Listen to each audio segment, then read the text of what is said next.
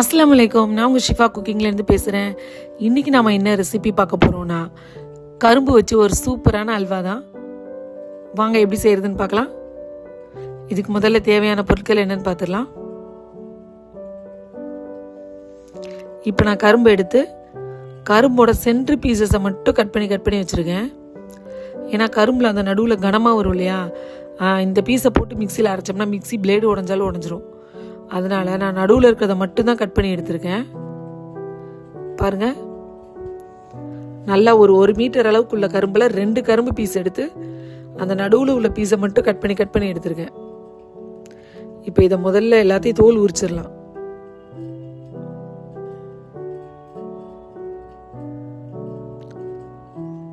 பாருங்க, இந்த மாதிரி தோல் உரிச்சிட்டு எல்லாத்தையும் இப்படி சின்ன சின்ன பீசஸாக கட் பண்ணி வச்சுக்கோங்க.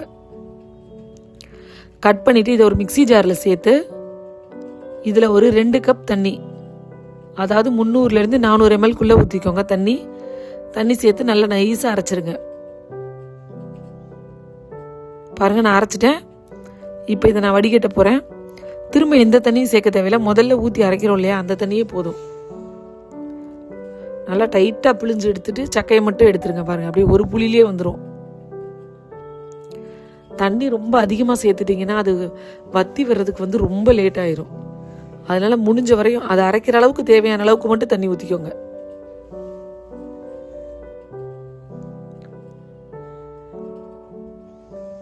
பாருங்க, நான் ஃபுல்லாக புளிஞ்சு எடுத்துட்டேன்.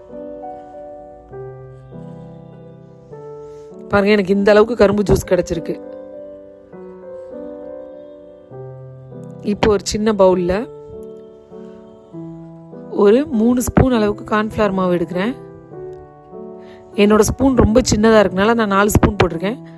நீங்கள் நார்மல் ஸ்பூனில் போட்டிங்கன்னா 3 போட்டால் கரெக்டாக இருக்கும். அந்த கரும்பு ஜூஸ்லேயே கொஞ்சத்தை ஊற்றி இதை நல்லா கலக்கி வச்சுக்கோங்க. தண்ணி சேர்க்க வேண்டாம், கரும்பு ஜூஸ்லேயே மிக்ஸ் பண்ணிக்கோங்க. ஒரு பேனில் ஒரு 3 ஸ்பூன் அளவுக்கு நெய் சேர்த்துக்கோங்க. நெய் நல்லா காஞ்ச உடனே முந்திரி சேர்த்து நல்லா நான் வறுத்துக்கிறேன். நல்ல ஒரு கோல்டன் ப்ரௌன் வர்ற வரை வறுத்துக்கோங்க. வறுத்துட்டு இந்த முந்திரி நெய் ரெண்டையுமே ஒரு பாத்திரத்தில் மாற்றி வச்சுருங்க. ஒரு பவுலில் மாற்றிடுறேன். மாற்றிட்டு அதே பேன்லேயே அப்படியே இந்த கரும்பு ஜூஸை சேர்த்துடலாம். இப்போ இந்த கரும்பு ஜூஸ் நல்லா கொதிக்க ஆரம்பிக்கணும்.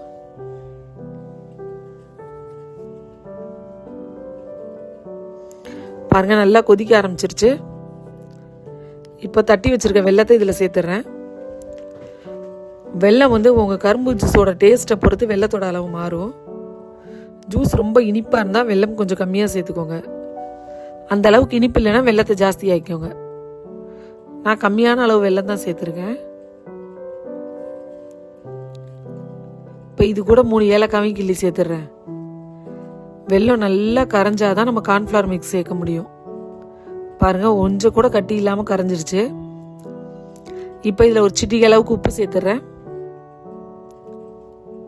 இப்போ அடுப்பை கொஞ்சம் லோ ஃப்ளேமில் மாற்றிக்கிட்டு நம்ம கரைச்சி வச்சிருக்க கார்ன்ஃப்ளவர் மிக்ஸ் இதில் சேர்த்துடுறேன். நல்லா மிக்ஸ் பண்ணி விட்டுருங்க. அடுப்பு லோ ஃப்ளேமில் தான் இருக்குது. இப்போ கொஞ்சம் மீடியம் ஃப்ளேமுக்கு மாற்றிக்கோங்க. பார்த்தீங்களா, நல்ல ஒரு ஜெல்லி மாதிரி ஆயிடுச்சு. பார்க்கும்போது தெரியுதா, ரொம்ப தண்ணியாக ஒரு ஜெல்லி மாதிரி இருக்கு. இப்போ மீடியம் ஃப்ளேமில் மாற்றிட்டு நல்லா கிண்டிகிட்டே இருங்க. இது நல்லா உங்களுக்கு திக்காய் வரணும்.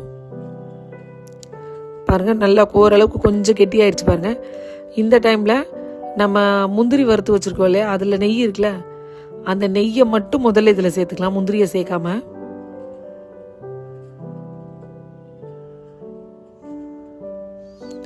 நெய் மட்டும் சேர்த்துட்டேன். எல்லாத்தையும் நல்லா மறுபடியும் மிக்ஸ் பண்ணி விடுங்க.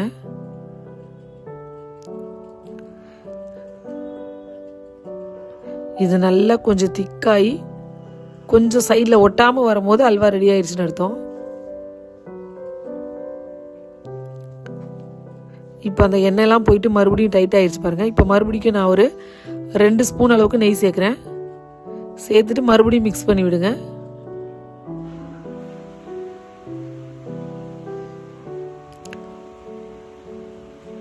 பார்த்தீங்களா, அல்வா ஓரளவுக்கு நல்லாவே திக்காய் வந்துக்கிட்டு இருக்கு. உங்களுக்கே பார்த்தாலே தெரியும் நல்லா திக்காயிருச்சு. நம்ம இதை கொஞ்சம் நம்ம ஆஃப் பண்ணும் போது கொஞ்சம் தண்ணியாக இருக்க மாதிரி தான் இருக்கும். அதை ஆஃப் பண்ணி முடிச்சோடனே நல்லாவே கெட்டியாயிடும். இப்போ நம்ம வறுத்து வச்சிருக்க முந்திரியை சேர்த்துடலாம். இப்போ பார்த்தீங்கன்னா தெரியும், கொஞ்சம் அல்வா சைட்லலாம் ஒட்டாமல் வருது பாருங்க. உங்களுக்கே பார்க்கும்போது தெரியும். இது வந்து நம்ம திருநெல்வேலி அல்வாலாம் இருக்கும் இல்லையா, ஒரு மாதிரி கொழப்பா அந்த மாதிரி தான் இருக்கும்.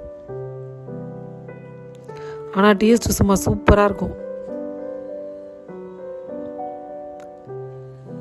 பாருங்க, கொஞ்சம் சைட்லலாம் ஒட்டாமல் வர ஆரம்பிச்சிருச்சு.